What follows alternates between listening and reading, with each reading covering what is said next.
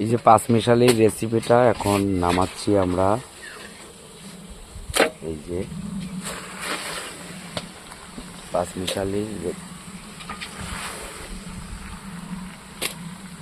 পাঁচমিশালির সাথে খিচুড়ি, পরে একটা চালতের আচার হবে, একটা মিষ্টান্ন আছে।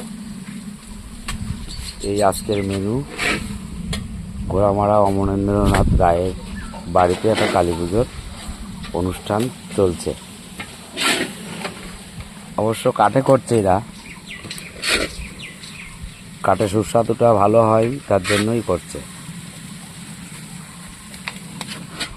এই যে আমাদের চালতের আচারটা হবে, তা দেখুন অনেক পুরনো দিনের একটা ঢেকি।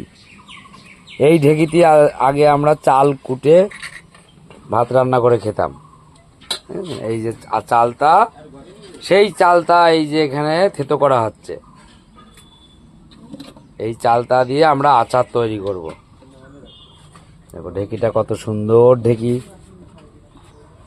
এই যে আমাদের ভাই ঢেকি পাট দিচ্ছে।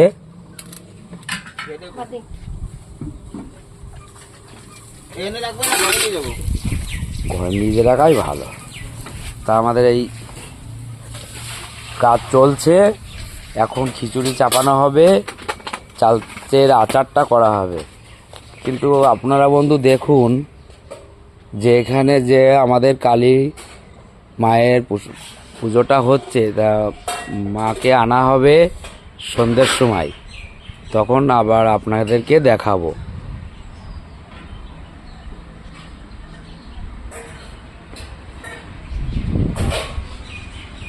এই যে অমরেন্দ্রনাথ রায়ের মাস্টারমশাইয়ের বাড়িতে এই অনুষ্ঠানটা চলছে আর কি।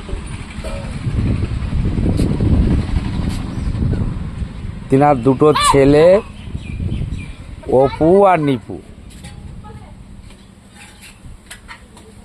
তাহলে বন্ধু রাখলাম, তোমরা সবাই লাইক করবে, কমেন্ট করবে, শেয়ার করবে।